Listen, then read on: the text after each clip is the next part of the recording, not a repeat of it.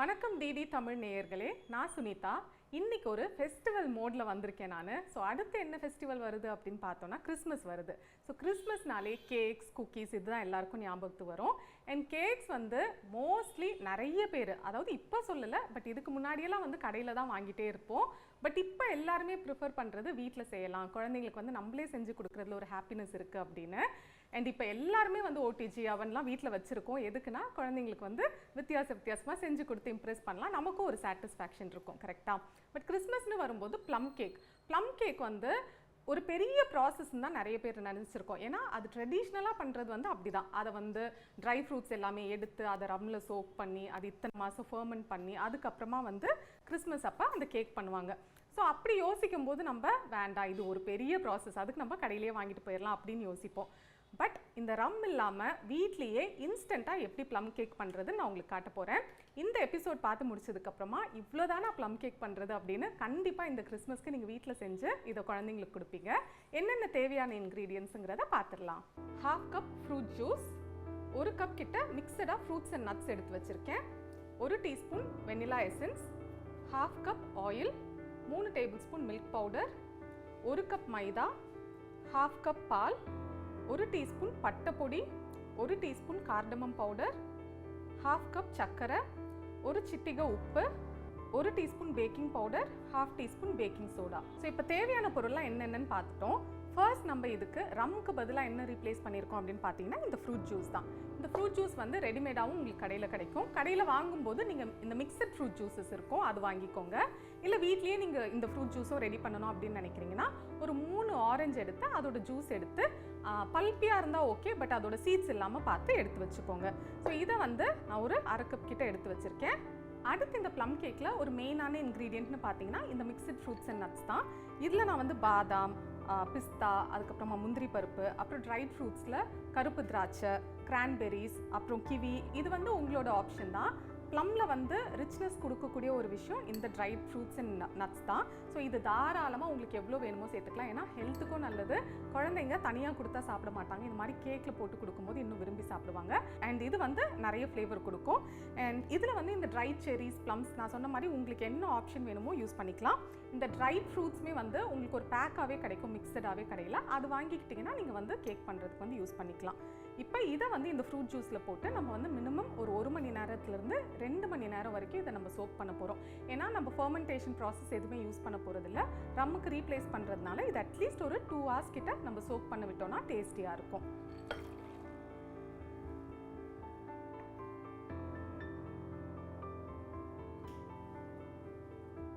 நமக்கு இந்த plum cake batter ready பண்ணுறதுக்கு மேக்ஸிமம் ஒரு 10 minutes ஆகும்.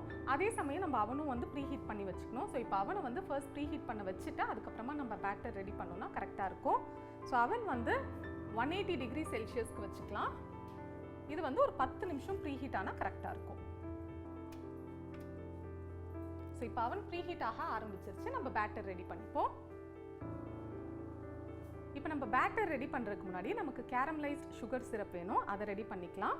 அதுக்கு அடுப்பு ஆன் பண்ணிவிட்டு ஒரு பேன் வச்சுக்கிறேன். முடிஞ்சளவு ஒரு நான்ஸ்டிக் பேன் இருந்துச்சுன்னா உங்களுக்கு கொஞ்சம் ஈஸியாக இருக்கும். இப்போ இதில் 1/2 கப் சர்க்கரை எடுத்திருக்கேன். ஸோ இதில் ஒருவேளை உங்களுக்கு இன்னும் ரொம்ப இனிப்பாக வேணும் அப்படின்னா 3/4 கப் சர்க்கரை வரைக்கும் நீங்கள் சேர்த்துக்கலாம். இப்போ இந்த சர்க்கரை சேர்த்ததும் அந்த பேனில் முடிஞ்சளவு ஸ்ப்ரெட் பண்ணி விட்டுருங்க ஈவனாக. அது வந்து கேரமலைஸ் ஆகி உங்களுக்கு ஒரு லைட் ப்ரௌன் கலரில் ஆகும். அந்த டைமில் நம்ம கொஞ்சம் கொஞ்சமாக தண்ணி சேர்த்து அது வந்து கேரமலைஸ்ட் சுகர் ஆக்க போகிறோம். இதை வந்து அப்படியே சேர்க்கலாமா ப்ளம் கேக்கில் அப்படின்னு கேட்டால் சேர்க்கலாம். பட் இப்படி பண்ணி சேர்க்கும் போது என்ன டிஃப்ரென்ஸ் அப்படின்னு கேட்டிங்கன்னா உங்களுக்கு அந்த ப்ளம் கேக்கில் இன்னும் நல்ல கேரமலைஸ்ட் ஃப்ளேவர் கிடைக்கும், நல்ல ஒரு ப்ரௌன் கலர் கிடைக்கும். ஸோ அதுக்கு இது மாதிரி பண்ணி போடும்போது இன்னும் நல்ல டேஸ்டியாக இருக்கும். இப்போ அதை டிஸ்டர்ப் பண்ணாதீங்க, லைட்டாக அந்த சுகர் வந்து மெல்ட் ஆகிறது நமக்கு தெரியும். அந்த டைமில் ஒரு ஸ்பேச்சுலா இல்லை கரண்டி வச்சு லைட்டாக மிக்ஸ் பண்ணி விட்டுலாம்.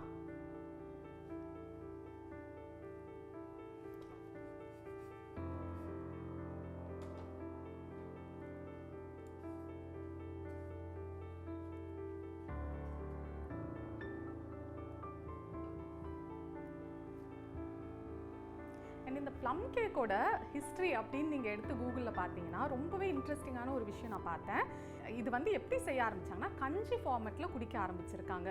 ஸோ இதுவே வந்து ஓட்ஸ் அப்புறம் மிக்சட் ஃப்ரூட்ஸ் அண்ட் நட்ஸ் எல்லாம் போட்டு ஒரு கஞ்சி மாதிரி செஞ்சு குடிக்க ஆரம்பிச்சிருக்காங்க. அண்ட் அட் டைம்ஸ் வந்து அதில் மீட்டும் சேர்த்துப்பாங்க அப்படிங்கிற மாதிரி இருந்தது. பட் அது காலப்போக்கில் போய் நம்ம எல்லாத்துலேயுமே வந்து இன்னோவேஷன் எக்ஸ்பெக்ட் பண்ணுவோம்ல, அப்படி யாரோ வந்து ஓகே இதில் வந்து நம்ம ஏன் மைதா இதெல்லாம் சேர்த்து அது ஒரு கேக் ஃபார்மேட்டில் கொண்டு வரக்கூடாது அப்படின்னு சொல்லிட்டு அந்த ஓட்ஸ் எல்லாம் ரீப்ளேஸ் பண்ணிவிட்டு மைதா அதுக்கப்புறமா சுகர் இதெல்லாம் சேர்த்து அதை வந்து கேக் ஃபார்மேட்டில் கொண்டு வந்திருக்காங்க. அது எல்லாத்துக்குமே வந்து ரொம்ப பிடிச்சி போய் கிறிஸ்மஸ் ஈவ் அன்னைக்கு ப்ளம் கேக் இல்லாமல் யாருமே வந்து ஸ்டார்ட் பண்ண மாட்டாங்களா. அது வந்து நல்ல ஒரு அப்படைட் கொடுக்கும், நல்ல ஒரு ஃபீல் கொடுக்கும் அப்படிங்கிற மாதிரி ஸ்டார்ட் பண்ணியிருக்காங்க.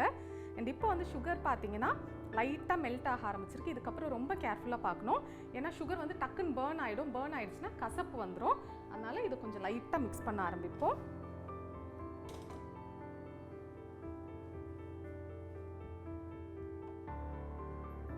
ரொம்ப போட்டு மிக்ஸ் பண்ணிகிட்டே இருந்தோம்னா அது வந்து கிறிஸ்டலைஸ் ஆகிடும், கட்டி கட்டி ஆகிடும். அதனால பொறுமையாக அதையே விட்டுட்டு அது மெல்ட் ஆக நம்ம வந்து அதை லைட்டாக மிக்ஸ் பண்ணி விடலாம். ஸோ நீங்கள் பார்த்தீங்கன்னா நான் இந்த பாத்திரத்தை வந்து லைட்டாக திருப்பி வைக்கிறேன், ஏன்னா இந்த சைடில் வந்து நல்லா கேரமலைஸ் ஆகிடுச்சு. ஸோ இங்கே வந்து இன்னும் ஆகலை. ஸோ அங்கே வந்து ஃப்ளேம் படுற மாதிரி திருப்பி வச்சுருக்கேன். அப்போ நமக்கு வந்து பேர்ன் ஆகாது.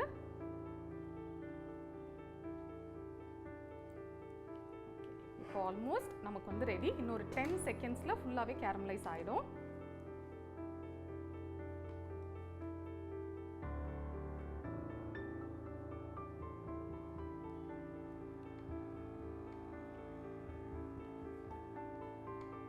பார்த்தீங்கன்னா சக்கரை ஆல்மோஸ்ட் நல்லா மெல்ட் ஆகிடுச்சு, அந்த கலரும் சேஞ்ச் ஆகுது. ஸோ இதுலேருந்து இன்னும் ஒரு ஷேட் ப்ரௌன் கலர் வேணும், அவ்வளோதான். அதுக்கு மேலே ப்ரௌன் ஆக விடக்கூடாது.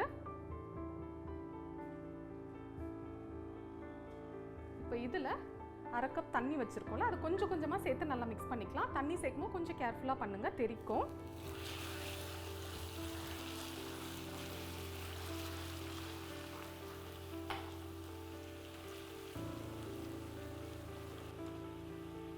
ஃபர்ஸ்ட் கொஞ்சம் கிறிஸ்டலைஸ் ஆன மாதிரி இருக்கும், பட் மிக்ஸ் பண்ணிகிட்டே இருந்தீங்கன்னா நல்லா மெல்ட் ஆகிடும். லோ ஃப்ளேமில் வச்சுக்கோங்க அடுப்பை.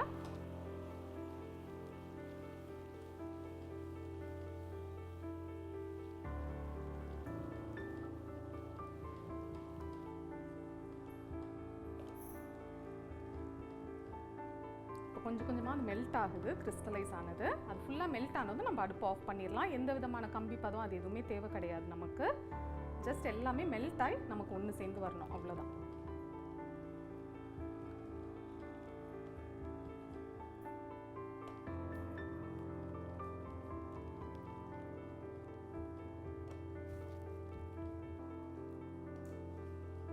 இப்போ எல்லாமே நல்லா மெல்ட் ஆகி ஒன்று சேர்ந்து வந்துருச்சு. ஸோ இந்த டைமில் அடுப்பு ஆஃப் பண்ணி அதை கூல் டவுன் ஆக விட்டுலாம். அண்ட் பேக்கிங் இது மாதிரி செய்யும்போது மோஸ்ட்லி நீங்கள் இது மாதிரி சிலிக்கான் ஸ்பேட்சுலா யூஸ் பண்ணிங்கன்னா உங்களுக்கு வந்து ஈஸியாக இருக்கும் எல்லாத்தையும் ஸ்க்ரேப் பண்ணி போடுறதுக்கு. ஏன்னா உட் இல்லைனா இந்த ஸ்டெயின்லெஸ் ஸ்டீல் யூஸ் பண்ணும்போது ரொம்ப ஒட்டிக்கும் அண்ட் உங்களுக்கு ஸ்க்ரேப் பண்ணுறதுக்கு வந்து வசதி இருக்காது.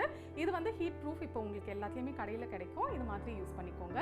இப்போ நம்ம பேட்டர் ரெடி பண்ணுறதுக்கு எல்லாமே பார்த்துடலாம்.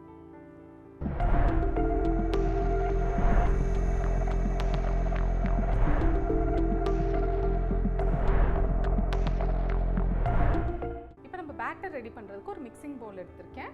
இதில் பால் சேர்த்துப்போம். பால் வந்து ரூம் டெம்பரேச்சரில் இருக்கிற மாதிரி பார்த்துக்கோங்க. ஒரு வேளை ஃப்ரிட்ஜில் வச்சுருக்கீங்க அப்படின்னா ஃபர்ஸ்ட்டே எடுத்து வச்சுட்டு அது ரூம் டெம்பரேச்சருக்கு வந்ததும் சேர்த்துக்கோங்க. இதை காய்ச்சி ஆற வைக்கணும்னு அவசியம் இல்லை. பேக்கெட் பால் அப்படியே வாங்கிட்டு பட் ரூம் டெம்பரேச்சரில் இருக்கிற மாதிரி பார்த்துக்கோங்க.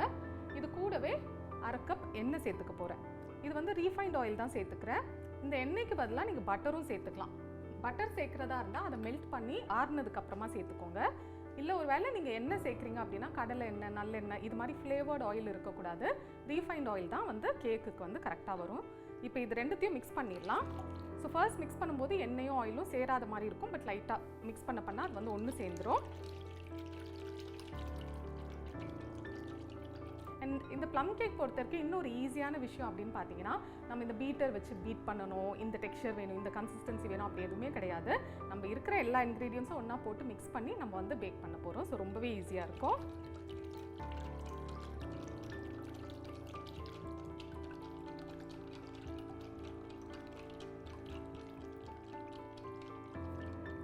இப்போ இது ரெண்டுமே நல்லா மிக்ஸ் ஆகிடுச்சு. இதில் மைதா சேர்த்துக்கலாம்.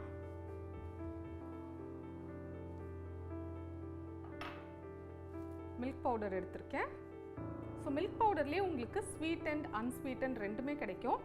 நான் வந்து அன்ஸ்வீட்டன்ட் தான் எடுத்திருக்கேன். ஒருவேளை நீங்கள் ஸ்வீட் அண்ட் மில்க் பவுடர் எடுக்கிறீங்க அப்படின்னா சர்க்கரை உங்களுக்கு கொஞ்சம் கம்மி பண்ணுறதோ இல்லை உங்கள் ஸ்வீட்னஸ்க்கு ஏற்ற மாதிரி தான். ஸோ அதுக்கேற்ற மாதிரி சுகர் வந்து அட்ஜஸ்ட் பண்ணிக்கோங்க. இப்போ இது கூடவே ஏலக்காய் பொடி, பட்டை பொடி. ஸோ இந்த பட்டை பொடி, ஏலக்காய் பொடி எல்லாமே வந்து இந்த ப்ளம் கேக்குக்கு தேவையான அந்த ஸ்பைசியான ஒரு ஃப்ளேவர் கொடுக்கும். ஸ்பைசினஸ் கிடையாது, அந்த ஸ்பைசி ஃப்ளேவர் கொடுக்கும். ஸோ இது வந்து கண்டிப்பாக அவாய்ட் பண்ணாதீங்க. இந்த சின்னமன் பவுடர்னே உங்களுக்கு கடையில் கிடைக்குது. ஒருவேளை உங்கள் ஏரியாவில் அது கிடைக்கல அப்படின்னா நம்ம வீட்டில் பட்டை இருக்கும்ல, ஹோல் கரம் மசாலா பட்டை இருக்கும்ல, அதை எடுத்து நீங்கள் மிக்சியில் வந்து கிரைண்ட் பண்ணி அந்த பவுடரை வந்து சேர்த்துக்கலாம். இப்போ இது கூடவே வெனிலா எசன்ஸ்,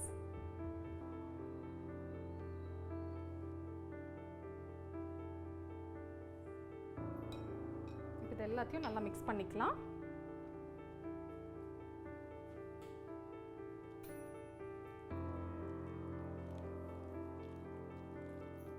இப்போ ஓரளவுக்கு நம்ம மிக்ஸ் பண்ணும்போது எல்லா இன்க்ரீடியன்ஸும் சேரணும்.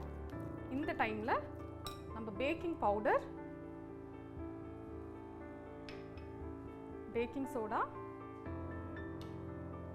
அப்புறம் நம்ம சோக் பண்ணி வச்சுருக்கோம்ல நட்ஸ், அதை வந்து அந்த ஃப்ரூட் ஜூஸோடு சேர்த்துக்கோங்க. இப்போ ஆல்மோஸ்ட் ஒரு 2 மணி நேரம் ஊறினதுக்கப்புறமா அந்த திராட்சைலாம் பார்த்தீங்கன்னா நல்லா பெருசாக இருக்கும் சைஸில். அந்த ஃப்ரூட் ஜூஸோட குட்னஸ் எல்லாத்தையும் சோக் பண்ணி நல்லா கிட்டத்தட்ட அந்த ஃபர்மெண்டட் ஃப்ளேவர் அந்த பார்த்தீங்கன்னா தெரியும், ஒரு மாதிரி நொர ஃபார்ம் ஆகிருக்கு இந்த ஃப்ரூட் ஜூஸில். ஸோ இதுதான் நமக்கு வேணும். அதுக்காக தான் நம்ம வந்து ஒரு 2 மணி நேரம் அதை சோக் பண்ணுறோம்.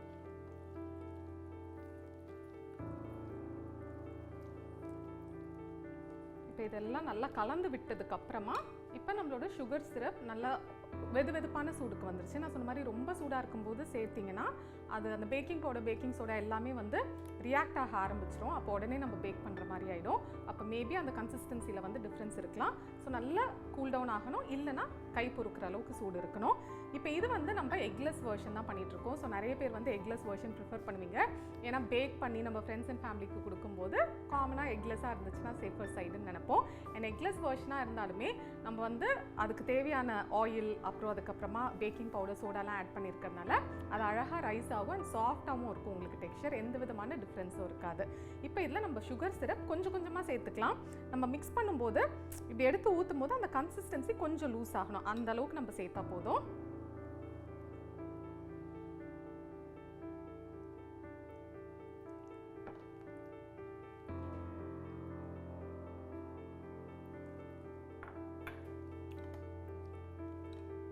ஸோ உங்களுக்கு ஆட் பண்ணும்போதே தெரியும், நம்ம வெறுமே சர்க்கரை தண்ணி சேர்த்துருந்தோன்னா இந்த கலர் நமக்கு வந்து வந்திருக்காது. இது இன்னும் பேக் பண்ணி எடுக்கும்போது நல்ல ஒரு ப்ரௌன் கலர் உங்களுக்கு இருக்கும். இதுதான் பேட்டரோட ரைட்டான கன்சிஸ்டன்சி. ஸோ நீங்கள் இப்படி எடுத்து அந்த ஸ்பேச்சுலால் எடுத்து ட்ராப் பண்ணும்போது இது மாதிரி ஈஸியாக ட்ராப் ஆகணும். ரொம்ப திக்காக இருக்கக்கூடாது. ஸோ இப்படி இருந்துச்சுன்னா கரெக்டாக இருக்கும். இதை வந்து நம்ம பேக்கிங் டின்னில் போட்டு பேக் பண்ணி எடுக்க போகிறோம்.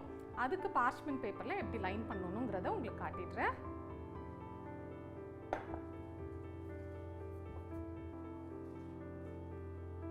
ஸோ நான் வந்து இந்த பேக்கிங் டின் எடுத்திருக்கேன். இதில் வந்து நம்ம பார்ச்மெண்ட் பேப்பர் போட்டுக்க போகிறோம். ஸோ தட் நம்ம கேக் வந்து ரெடியாகி வரும்போது ஒட்டாமல் நம்ம ஈஸியாக ரிமூவ் பண்ண முடியும். அதுக்கு நீங்கள் எண்ணெய் இல்லைன்னா கொஞ்சமாக பட்டர் எடுத்து ஃபுல்லாகவே ரப் பண்ணிக்கோங்க.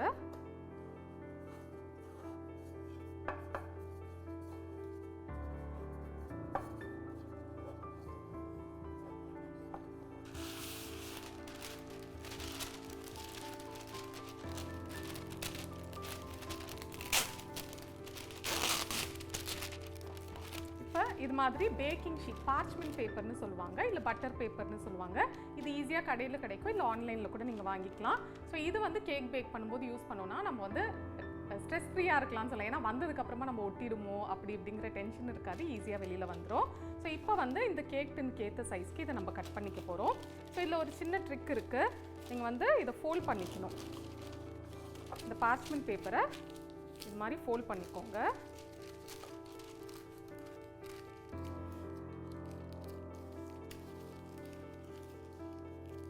ஸோ இந்த மாதிரி ஃபோல்ட் பண்ணிவிட்டு நம்ம டின்னை வந்து திருப்பிட்டு நீங்கள் இங்கே பார்த்தீங்கன்னா லைக் இதுதான் சென்டர் அப்படின்னு தெரியும். அதில் இப்படி வச்சுட்டு கட் பண்ணிங்கன்னா நமக்கு வந்து கரெக்டாக அந்த ரவுண்ட் ஷேப் கிடச்சிரும்.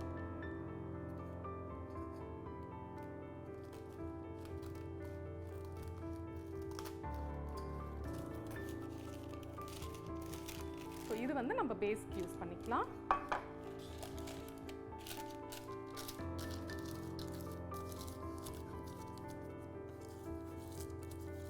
அதே மாதிரி நமக்கு சைடுக்கும் தேவை.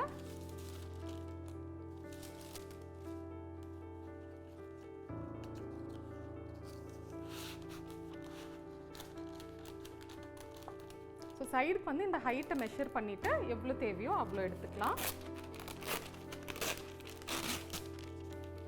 நம்ம பட்டர் போட்டிருக்கிறதுனால ஈஸியாக அது வந்து ஒட்டிக்கும். அதனால் உள்ளே வச்சு அதுக்கப்புறமா லைட்டாக அதை புஷ் பண்ணணும்.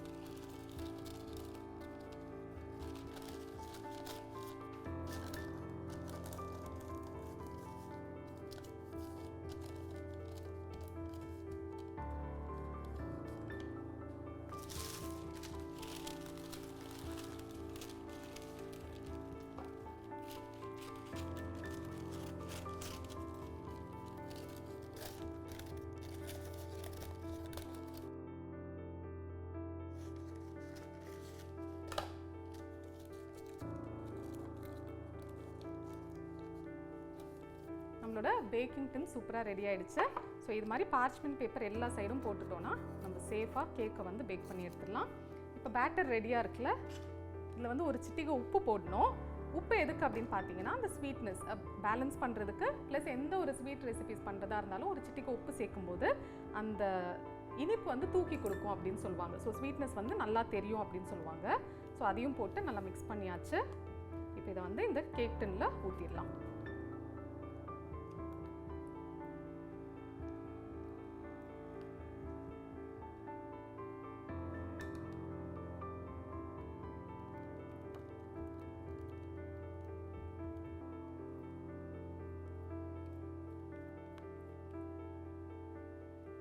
நம்மளோட கேக் பேட்டர் எல்லாம் ரெடி ஆயிடுச்சு.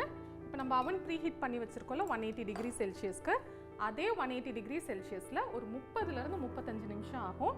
ஸோ இந்த டைம் வந்து எக்ஸாக்டாக யாராலையும் வந்து ப்ரெடிக்ட் பண்ண முடியாதுன்னு தான் நான் சொல்லுவேன். ஏன்னா உங்ககிட்ட இருக்கிற அவன் கெப்பாசிட்டி பொறுத்து அது வந்து மாறும். அண்ட் நம்மளோட ஒவ்வொரு பிராண்ட் அவனும் வந்து டிஃபர் ஆகும். ஸோ மினிமம் 20லேருந்து 25 மினிட்ஸ் ஆகும். ஸோ இதுக்கப்புறமா நீங்கள் என்ன பண்ணணும்னா அதை வந்து பார்த்துட்டே இருக்கணும். எவ்ரி லைக் 2 மினிட்ஸ் ஒன்ஸ் வந்து பார்த்துட்டே இருக்கணும். அந்த மேலே லேயர் வந்து ப்ரௌன் ஆகும், பட் டார்க் ப்ரௌன் ஆகிடுச்சுன்னா அது தீஞ்சு போயிடுச்சுன்னு அர்த்தம். ஸோ எடுத்துகிட்டு நம்ம ஒரு ஸ்கியூவர்ஸ் விட்டு அது வெந்துருச்சா அப்படின்னு செக் பண்ணலாம். ஸோ 20-25 மினிட்ஸ்க்கு அப்புறமா கொஞ்சம் காஷியஸாக நம்ம பார்த்துட்டே இருந்தோம்னா 30 or 35 மினிட்ஸ் மேக்ஸிமம் ரெடி ஆகிடும். நம்ம உள்ளே வச்சிடலாம். இது அவனுக்குள்ளே வைக்கிறதுக்கு முன்னாடி கிறிஸ்மஸ்ங்கிறதுனால நம்ம ப்ளம் கேக் இன்னும் ரிச்சாக இருக்கணுங்கிறதுக்காக இன்னும் கொஞ்சம் ட்ரை ஃப்ரூட்ஸ் எடுத்து வச்சுருக்கேன். இது ஆப்ஷனல் தான். ஸோ இன்னும் நல்லா அந்த ரிச்னஸ் ஒவ்வொரு பைட்லேயும் நிறைய ஃப்ரூட்ஸ் கிடைக்கணும் அப்படின்னா இது கொஞ்சம் அப்படியே மேலே வந்து ஸ்ப்ரெட் பண்ணிக்கோங்க.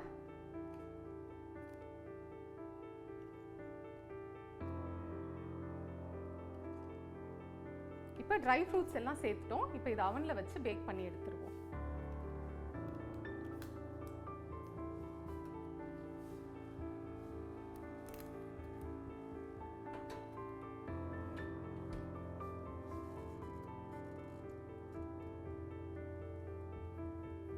நம்மளோட ப்ளம் கேக் ரெடி ஆயிடுச்சு, பேக் ஆகி முடிஞ்சிருச்சு.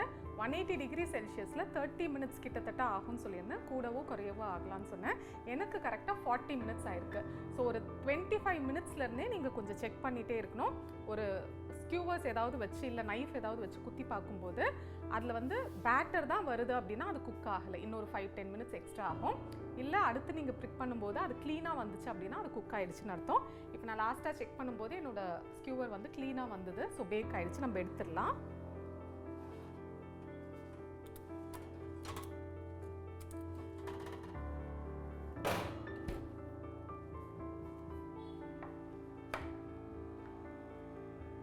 இதை நம்ம இதுலேருந்து எடுத்துட்டு கம்ப்ளீட்டாக ஆற விட்டுறணும். ஆற விட்டதுக்கு அப்புறமா தான் நம்ம ஸ்லைஸ் போடணும். அப்போ தான் க்ளீன் ஸ்லைசஸ் வரும். இல்லைனா உங்களுக்கு கேக் உடையிறதுக்கு நிறைய சான்சஸ் இருக்குது. ஸோ வெளியில் எடுத்துகிட்டு ஒரு வயர் ரேக் இல்லை ஏதாவது மெஷ் மாதிரி இருந்துச்சுன்னா அது மேலே வச்சு நல்லா காற்று போகிற மாதிரி ஆற விட்டுறணும். ஸோ இது வந்து பட்டர் பேப்பர் வச்சதுனால கேக் டின்லேருந்து ஈஸியாக வந்துடும். நம்ம எடுத்துடலாம். ஸோ இப்படி ஃப்ளிப் பண்ணும்போது சூப்பராக அழகாக வந்திருக்கு, சாஃப்டாக. நான் சொன்ன மாதிரி இது நல்லா கம்ப்ளீட்டாக கூல் டவுன் ஆகட்டும். அதுக்கப்புறமா நம்ம ஸ்லைஸ் போட்டு பார்த்துடலாம். நல்லா கூல் டவுன் ஆகிடுச்சு. எவ்வளோ சாஃப்ட் அண்ட் ஃப்ளஃபியாக இருக்குது பாருங்கள். நீங்கள் பார்த்துருப்பீங்க, நம்ம அந்த கேரமலைஸ்ட் சுகர் போடும்போது ஒரு மாதிரி லைட் ப்ரௌனில் இருந்துச்சு. ஸோ நமக்கு வந்து அந்த பர்ஃபெக்டாக பேக் ஆகி முடிச்சதுமே நல்ல அந்த ஒரு கோல்டன் ப்ரௌன் கலர் வந்திருக்கு. ஸோ ப்ளம் கேக் யூஸ்வலாகவே இந்த கலர் தான் இருக்கும், பார்த்துருப்பீங்க. இதை நம்ம ஸ்லைஸ் பண்ணி பார்த்துடலாம். உள்ளே வந்து நல்ல சாஃப்டாக இருக்கும். எக் யூஸ் பண்ணல, அது இல்லை, எதுவுமே நீங்கள் வந்து கவலையப்பட வேண்டாம். அண்ட் நான் சொன்ன மாதிரி ட்ரெடிஷ்னலாக அதை ஃபர்மெண்ட் பண்ணி இத்தனை மாதம் அந்த ரம்மெல்லாம் ஊற்றி, நிறைய பேர் ரம் ப்ரிஃபர் பண்ண மாட்டோம், இல்லை ஃபர்மெண்ட் பண்ணுறதுக்கு அவ்வளோ டைம் இருக்காது, இல்லை ப்ராப்பராக ஃபர்மெண்ட் பண்ணலன்னு வச்சுக்கோங்களேன், அந்த நட்ஸ் எல்லாம் வந்து கெட்டு போயிடும். ஸோ அது மாதிரி ரிஸ்க்கெல்லாம் எடுக்காமல் டக்குன்னு குவிக்காக வந்து ஈஸியாக நீங்கள் வந்து இந்த கிறிஸ்மஸ்க்கு இதை ரெடி பண்ணலாம். ஸ்லைஸ் பண்ணிடலாம். அண்ட் ஸ்லைஸ் பண்ணும்போது எப்பவுமே கேக்கெல்லாம் பண்ணுறீங்க அப்படின்னா இது மாதிரி செரேட்டட் நைஃப் இருக்கும், அது வந்து யூஸ் பண்ணிக்கோங்க. அப்போ வந்து உங்களுக்கு க்ளீன் கட்டாக வரும்.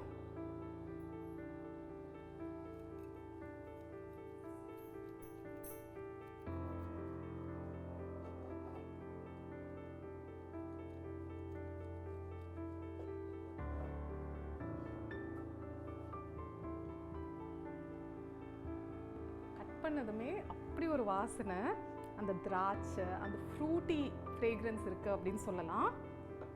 இங்கே பாருங்கள் எவ்வளோ சாஃப்டாக இருக்குன்னு. அவ்வளோ நட்ஸ் போட்டிருக்கோம். நம்ம வீட்லேயே செஞ்சோங்கிறதுனால உள்ளே என்னென்ன இன்க்ரீடியன்ஸ் போட்டிருக்கோங்கிறது நமக்கு நல்லாவே தெரியும். ஸோ கிட்ஸுக்கு வந்து கில்ட் ஃப்ரீயாக கொடுக்கலாம். அண்ட் இது மாதிரி அக்கேஷ்னலி நம்ம செய்யும்போது, அதை ரிச்சாக செய்யும்போது நமக்கே ஒரு ஹாப்பினஸ் இருக்கும்ல.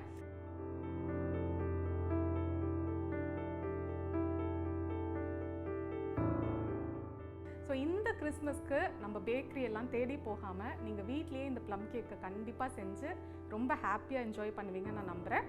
ட்ரை பண்ணி பார்த்துட்டு எப்படி இருந்துச்சுன்னு மறக்காமல் சொல்லுங்கள். இன்னொரு எபிசோடில் இன்னொரு சூப்பரான, சிம்பிளான, இன்னோவேட்டிவான ரெசிபியோடு உங்களுக்கு நான் பார்க்குறேன். அது வரைக்கும் பாய்.